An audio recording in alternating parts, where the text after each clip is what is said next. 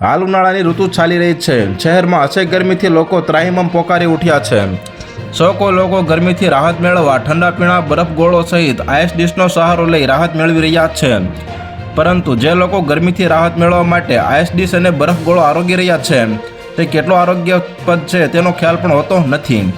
જ્યાં કેટલાક વિક્રેતાઓ દ્વારા આઈસ ડીશમાં ક્રીમ અને સિરપ સહિત ડ્રાયફ્રૂટનો જથ્થો હલકી ગુણવત્તાનો ઉપયોગ કરતા હોવાની ફરિયાદ પાલિકાના આરોગ્ય અને ફૂડ વિભાગને મળી હતી।